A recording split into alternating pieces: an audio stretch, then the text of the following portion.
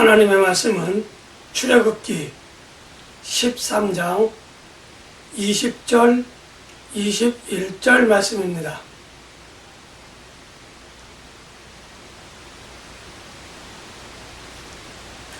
여호와께서 그들 앞에서 가시며 낮에는 구름 기둥으로 그들의 길을 인도하시고 밤에는 불 기둥을 그들에게 비추사 낮이나 밤이나 진행하게 하시니 낮에는 구름 기둥 밤에는 불 기둥이 백성 앞에서 떠나지 아니하니라.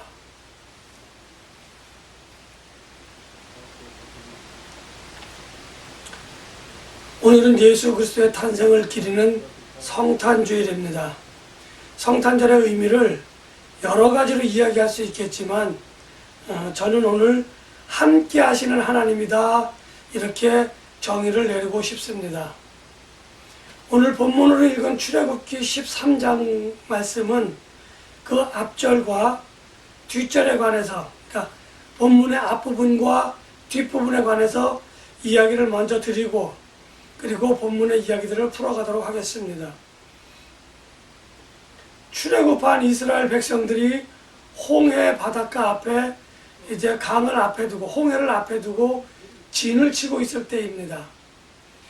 이스라엘 자손들을 풀어준, 그러니까 너희들이 가서 제사 드리고 오라라고 풀어준 애굽의 왕 바로가 마음을 바꿨습니다.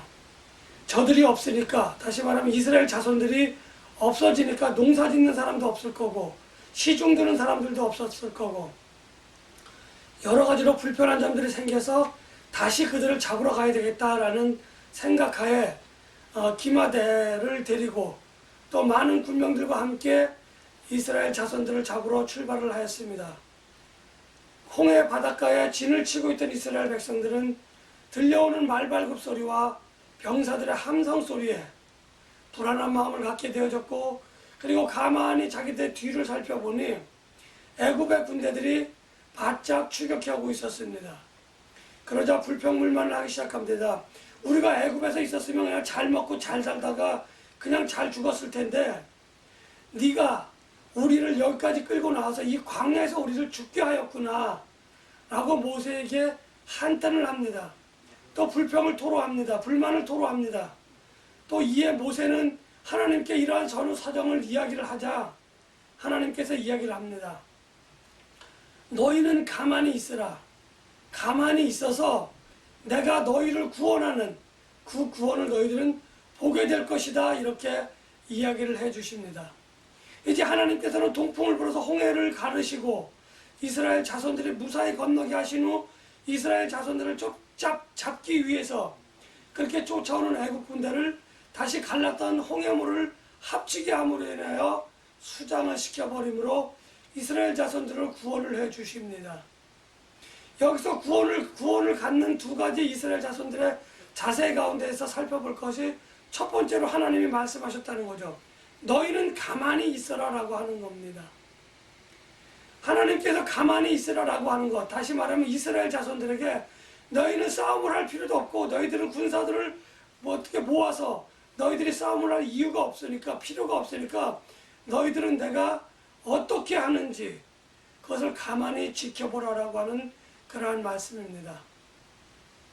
이제 오늘 본문과 연결되어서 이스라엘 자손들이 홍해를 건너서 그리고 부지런히 발을 이렇게 하나님께서 주신 약속의 땅인 가나안을 향해서 가게 되어지는데 그 가게 되어지는 그들의 진 앞에는 항상 구름기둥, 낮에는 구름기둥이 앞서서 그들을 인도하고 다시 말하면 구름기둥을 따라서 가면 되고 또 밤에는 불기둥을 따라서 그들을 가면 그들은 하나님의 인도에 따라 가기만 하면 되었다고 하는 것입니다.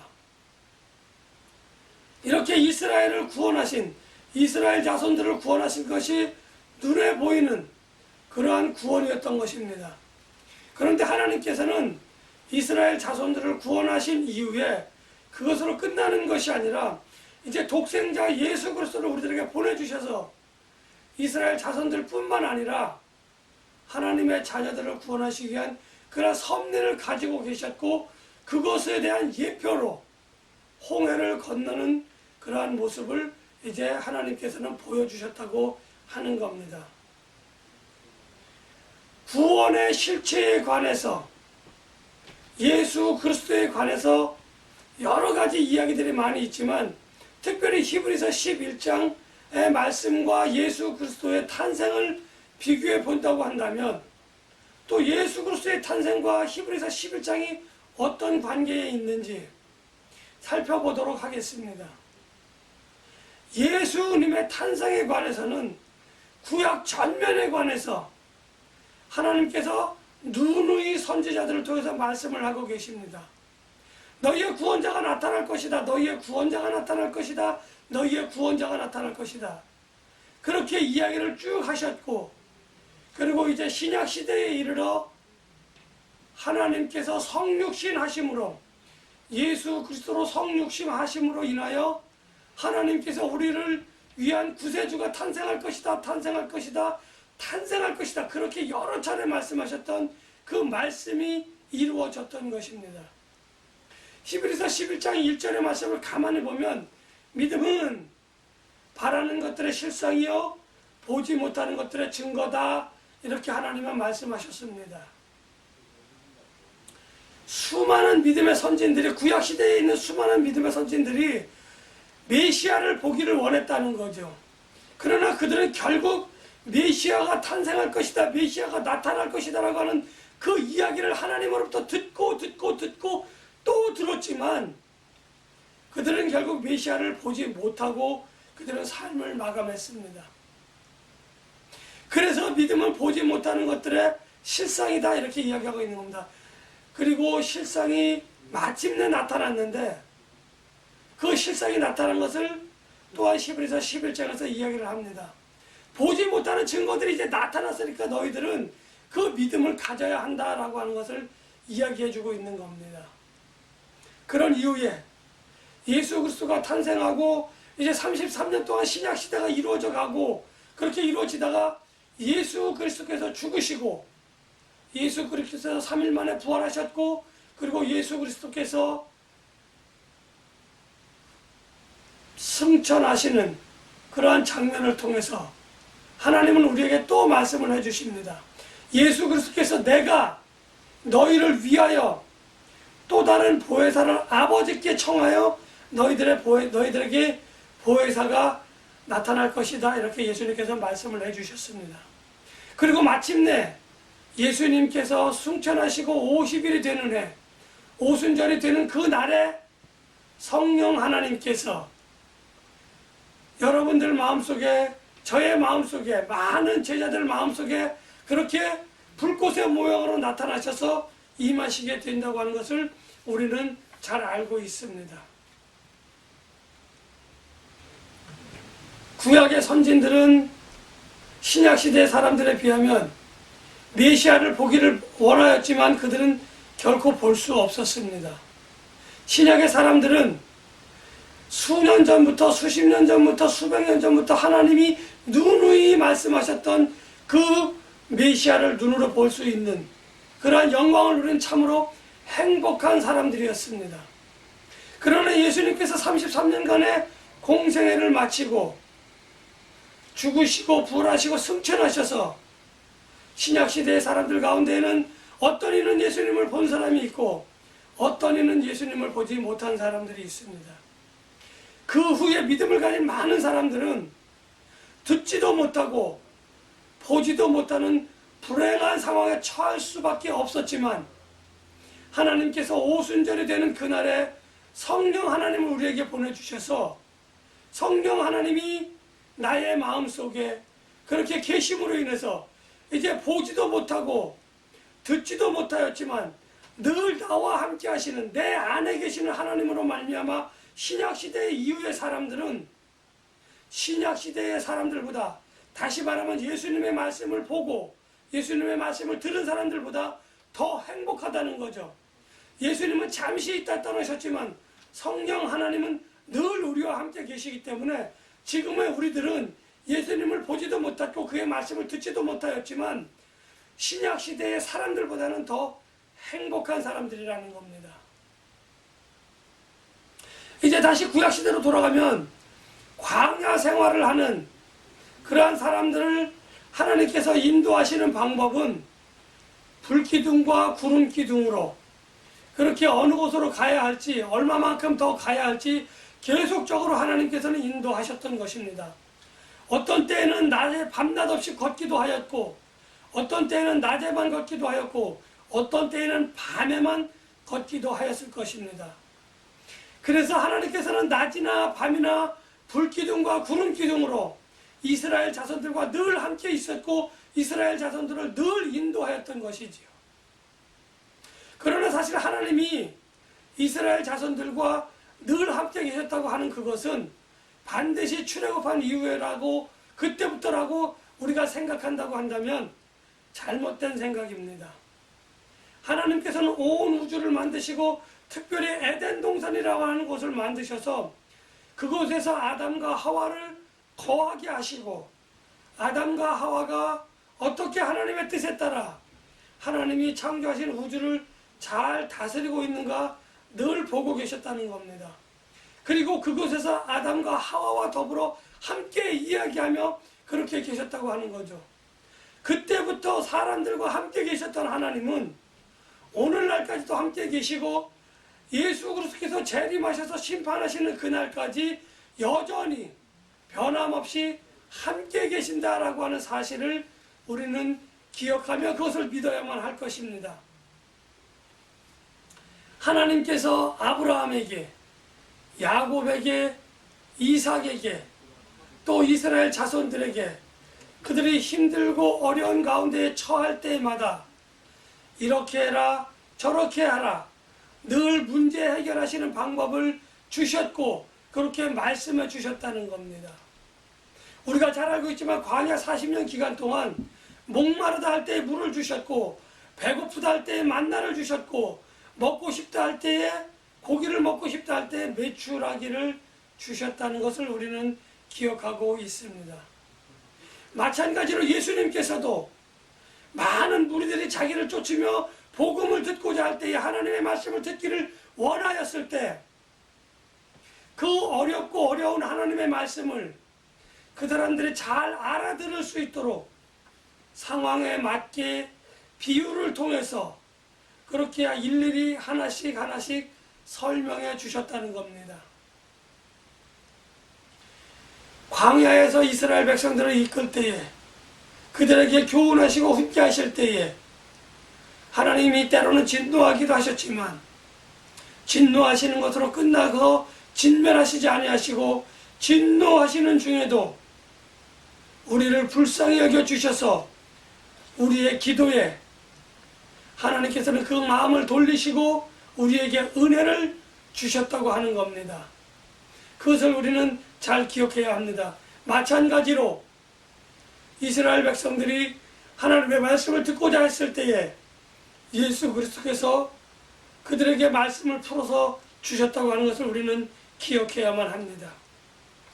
하나님께서 에덴 동산에서 함께 계셨고 특별히 광야 생활이 시작되어지면서 불기둥과 구름기둥으로 함께 계셨다고 하는 겁니다.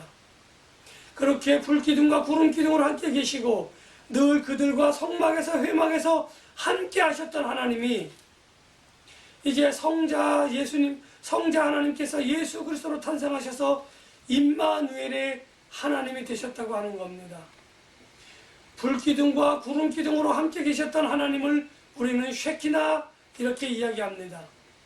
그리고 늘 그 모습으로 성육신 하셔서 함께 계셨던 하나님을 우리는 임마누엘의 하나님 이렇게 이야기를 하고 있습니다. 쉐키나라는 말은 히브리 말로 함께한다, 함께 계셨다라고 하는 말이고 임마누엘이라고 하는 말은 헬라 말로 함께 하신다라고 하는 말입니다. 그렇다고 한다면 지금은 하나님이 함께 계시지 않나요? 아닙니다. 지금은 보혜사 성령 하나님이 우리와 함께 계신다라고 하는 거죠. 그래서 쉐키나에 이어 임마누엘에 이어 보혜사 하나님이 우리와 함께 계시다고 하는 사실은 우리가 힘들고 어려운 상황 속에서 우리가 무엇을 어찌해야 할지 몰라 하는 그러한 상황 가운데에 우리에게 좋은 본보기를 보여주시는 우리가 무엇을 어떻게 해야 할지, 어디로 가야 할지 하는 그러한 본보기를 보여주시는 그러한 하나님이시다라고 하는 것을 우리는 잊지 말아야 할 것입니다.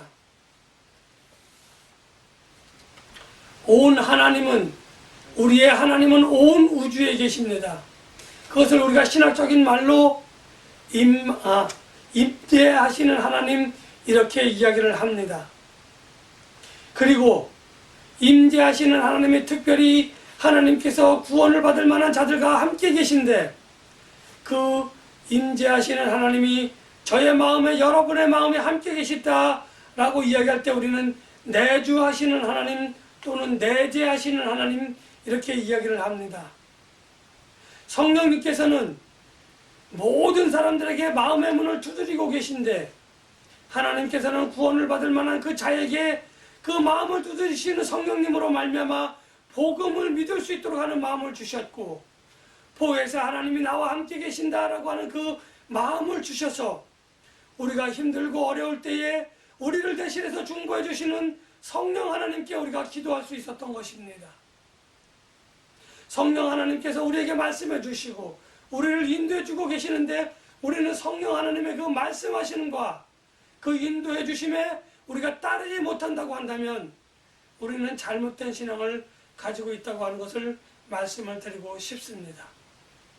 세상이 아무리 힘들고 험하다고 하더라도, 아무리 혼탁하고 혼란스러울지라도 성령 하나님께서 우리에게 말씀하시는 그 말씀을 들을 수 있는 귀가 우리에게 열려 있다고 한다면 우리는 이 세상을 헤쳐나갈 수 있다고 하는 겁니다. 우리는 이 세상을 헤쳐나가는 것은 물론이고 마지막 때에 하나님의 나라를 유업으로 받을 수 있다고 하는 겁니다. 그럼에도 불구하고 우리가 하나님의 나라를 유업으로 받지 못한다고 한다면, 내가 하나님의 나라를 유업으로 받지 못한다고 한다면 그것은 하나님의 능력이 부족해서가 아니고 우리의 죄와 우리의 허물이 하나님과 우리의 관계를 계속적으로 하나님과 우리와의 관계를 계속적으로 떨어뜨려 놓고 우리가 그 관계를 회복하지 못하도록 방해하고 있기 때문이라고 하는 것을 우리는 기억해야 합니다. 그럼에도 우리는 하나님께 불만을 갖습니다. 하나님, 왜 나에게 이런 일이 일어났습니까? 하나님, 나는 당신을 믿을 수 없습니다 라고 하는 불평과 불만과 그리고 악한 말로 하나님을 만홀히 여기는 그러한 생활을 우리는 하고 있습니다. 우리의 신앙생활을 한번 돌아보아야만 할 필요가 있습니다. 오늘은 예수 그리스도가 태어나신 날입니다. 예수 그리스도가 태어나셨다고 하는 그 소식이, 그가 하시는 그 모든 말씀을 우리는 복음이다, 이렇게 말씀드리고 있습니다.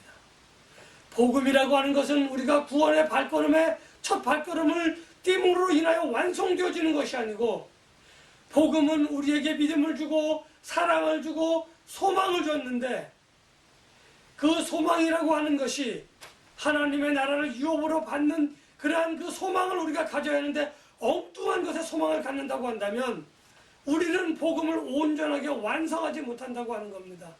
중간 탈락자가 되어져서 하나님의 나라를 유업으로 받지 못한다는 거죠. 우리가 인내하며 고통과 역경 가운데 인내하며 소망을 가져야 하는 이유가 여기 있는 겁니다. 복음의 완성은 우리가 하나님의 나라를 유업으로 받아서 예수 그리스도와 함께 그 나라에 들어가는 것이 복음의 완성인데, 우리는 복음을 내가 구원받았네 라고 하는 고백, 내가 구원받았네 라고 하는 그 발걸음을 뛰는 그 순간 복음이 완성되어졌다고 하는 착각을 가지고 있다고 하는 겁니다. 이 착각에서 깨어나서 우리는 나머지 복음을 이루기 위한 발걸음을 지속적으로 걸어서 하나님의 나라를 유업으로 받아야만 비로소 복음이 완성되어진다고 하는 겁니다. 저는 믿습니다. 하나님께서 처음 이 땅 위에 오셨던 그 사건이 하나님이 말씀하신 그대로 이루어졌다고 하는 것을 믿습니다. 그리고 저는 또 한 가지 더 믿습니다. 예수님께서 마지막 때에 천사장의 나팔 소리가 울려날 때에 세상의 모든 사람들을 심판하시려 이 땅에 오신다고 하는 겁니다. 이 땅에 오시는 것은 영적으로 오시는 것이 아니라, 이 땅에 오시는 것은 영적으로 오시는 것이 아니라 육적으로 올라가시는 그대로 오실 것이고, 이 땅에 오셔서 마지막 심판을 하셔서 구원하신다고 하는 것은 우리의 영혼만을 구원하는 것이 아니라 우리의 모든 잠재진 자들을 다 깨워 이렇게 세워서 그 잠자던 자들이 일어나서 우리의 육신이 부활이 되어져서 하나님께서 예수 그리스도께서 부활하셨던 그것처럼 우리의 육체가 부활하고 우리가 영혼과 육체를 가지고 하나님의 나라에 들어가는 그날이 반드시 이루어질 것이라고 하는 것을 저는 믿습니다. 이 시간 예수 그리스도로 말미암아 여러분들이 가진 믿음이 어떠한 믿음인지 다시 한번 되짚어 보아야 할 것입니다. 예수님께서 성령으로 말미암아 잉태되었다고 하는 것을 여러분들은 믿으십니까?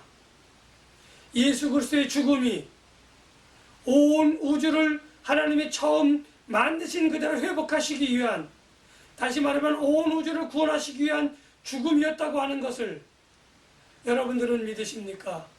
온 우주 안에 내가 있음을 믿으십니까? 그리고 예수님께서 죽으신 후에 3일 만에 부활하셨다고 하는 것을 믿으십니까? 그 부활하신 예수님이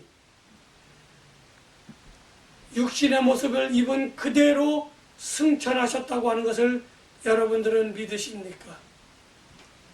그리고 예수님께서 다시 재림하셔서 심판주로 저와 여러분들을 구원받은 모든 성도들을 함께 하나님의 나라에 들이시기 위한, 알곡과 가라지를 가르시기 위한 그 작업을 통하여 알곡들을 천국 창고에 들이신다고 하는 그 사실을 믿으십니까? 이러한 믿음들, 제가 말씀드린 5가지 믿음 가운데에 어느 하나도 내가 온전하게 믿어지지 않는다고 한다면 믿음을 다시 점검해 보시고 처음부터 무엇이 잘못되었는지 짚어보시고 온전한 믿음을 여러분들이 회복하셔서 하나님의 나라를 유업으로 받으시는, 복음을 완성하시는 저와 여러분들이 되시기를 예수님의 이름으로 간절히 축복하며 기도합니다.